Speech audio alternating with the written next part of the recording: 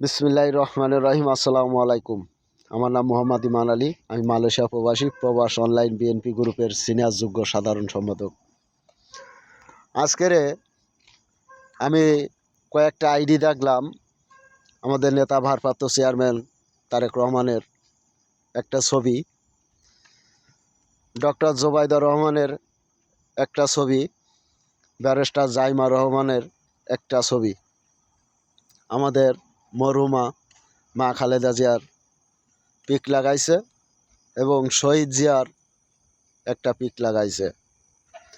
তা আজকের সংগঠন প্রবাস অনলাইন বিএনপি গ্রুপ যেখানে অন্যায় সেখানেই প্রতিবাদ, এই যে আইডিগুলো আমি চেক দিলাম, চেক দিয়ে পাইলাম সব জামায়াতের। তাহলে আজকের তারা কিনা কয় যে বিএনপি চাঁদাবাজ, সন্ত্রাস, দুর্নীতিবাজ। 1971 থেকে 2026 শহীদ রাষ্ট্রপতি জিয়াউর রহমান স্যার যখন ক্ষমতায় ছিলেন, তখন কিন্তু কোনো একটা জায়গায় বাংলাদেশে, কোনো জেলা, কোনো ডিস্ট্রিক্ট, কোনো থানায়, কোনো ওয়ার্ডে, কোনো জায়গায় এক টুকরো জায়গা, কোনো একটা বিলাসভবন বাড়ি রেখে যায়নি তার দুটো সন্তানের জন্য, তার পরিবারের জন্য। আর দেশমাতা মা মরহুমা সাবেক তিনবারের প্রধানমন্ত্রী,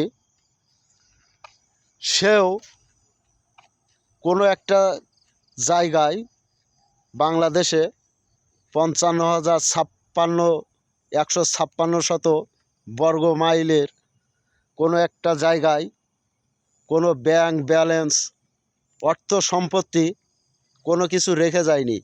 দেশের বাইরে তাদের কোনো বিলাসভবন বাড়ি নাই। তারা চাইলে পারত বিলাসভবন বাড়ি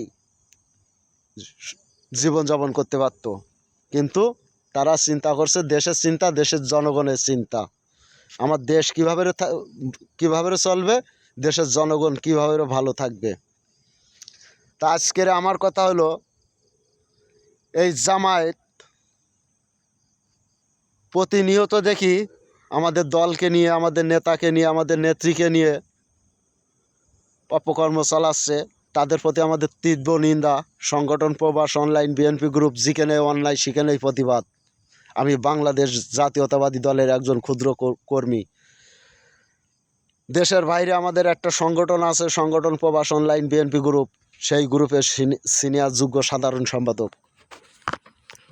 আমার 1 বছরের জন্য দায়িত্ব দেওয়া হয়েছে। আমি আমার দায়িত্ব থেকে আমি প্রতিবাদ করি।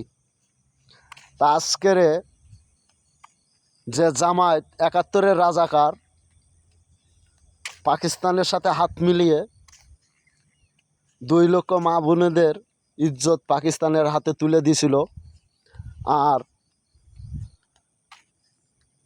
দেশের সাথে গাদ্দারি করছিল এই জামায়াত। তার কারণ এরা 71-এর রাজাকার, 2026-এরও রাজাকার। আমরা রাজাকার মুক্ত বাংলাদেশ চাই, দুর্নীতি মুক্ত বাংলাদেশ চাই। আজকের